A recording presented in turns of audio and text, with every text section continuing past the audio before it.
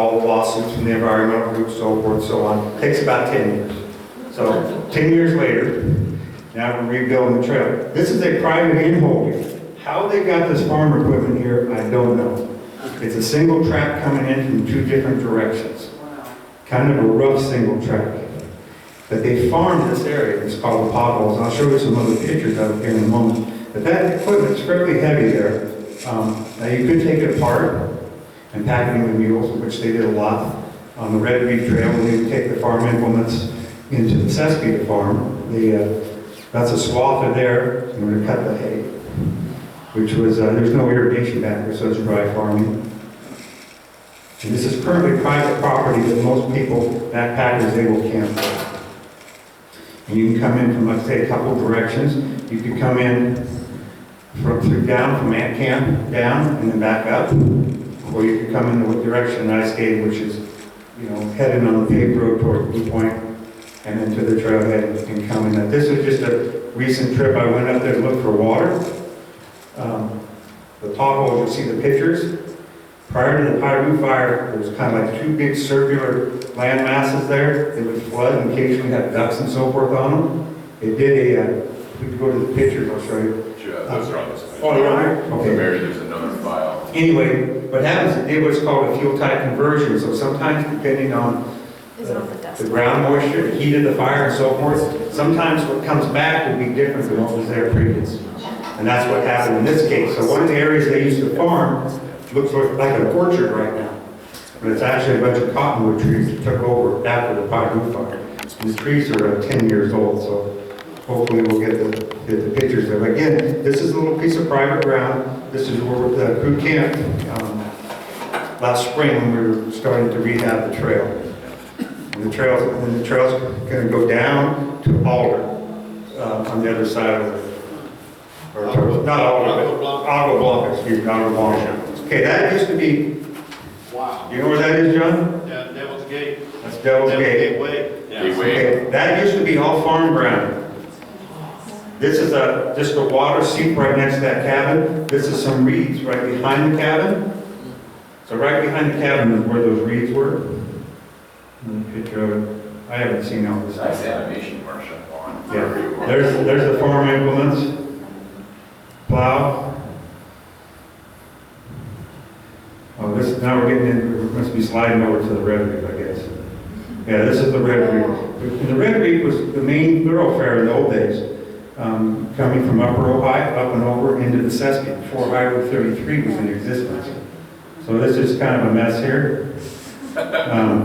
Hopefully we'll see. There was no trail. The trail was gone.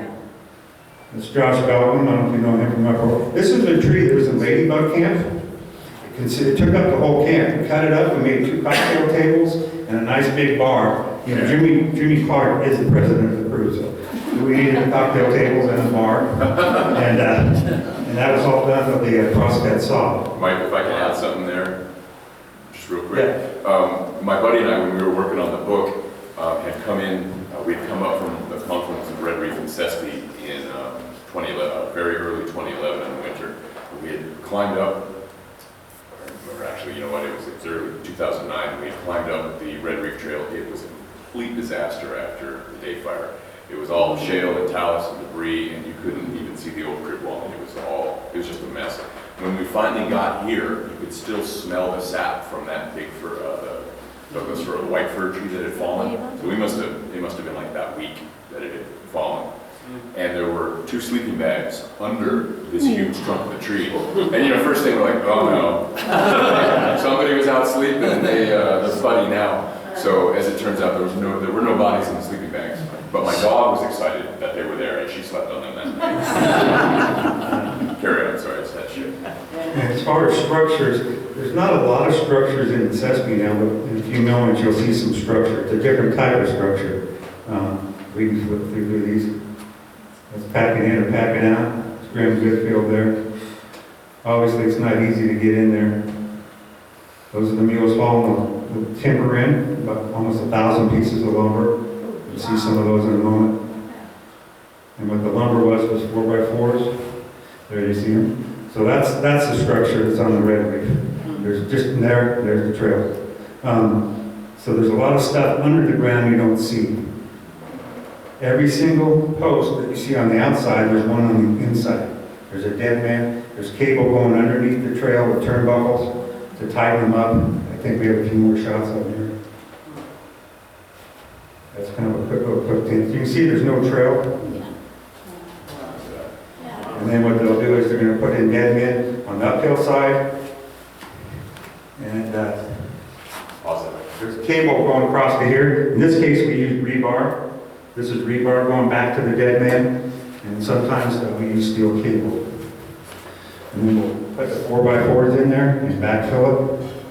There's not a lot of rock to work with up there, so that's one of the reasons. There you can see the channel, and you can see the kids putting the 4x4s together. They're staggered, so the water can seep through. And so those are ladybugs. That's why it's called ladybug. I like ladybug better than rattlesnake, Cam. There's some more ladybugs. And that's, for some reason, it's right there at the campground, right there in the moisture. There's some more of the retaining wall. So there's 1,000 pieces of lumber, and I think there's 196 or 296 sections of retaining wall. So there's a lot of steel. There it is finished. Look at that. And if you haven't hiked it, really, you should. It's like a wilderness superhighway now compared to what it was. It's so nice. One of our packers, you see the lumber there, the 4x4s? Built it like a railroad. Just built some, go ahead, build some more. All the lumber. The kids have to haul the lumber a short distance, but not, they don't have to carry it too far. You can see some of the steel cable there. Directly by it. Oh, yes.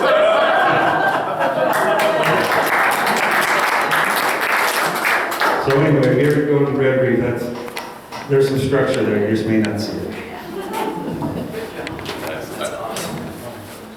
Thank you, Mike and Marcia, for bringing that video.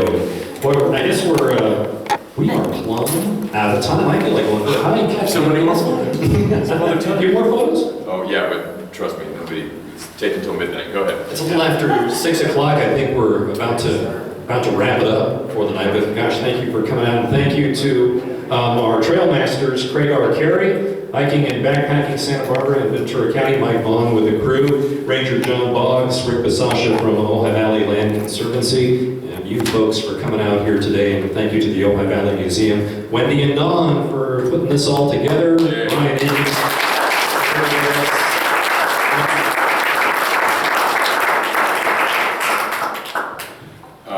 Are we convening somewhere else? That was the last one. For anybody interested, I didn't want to show it during the show because it has a tendency to choke out of the laptop. But I will run the video that shows the walk-up tour of the interior of Thorn Point and the views it shows of the Sespe for anybody interested. Jeez.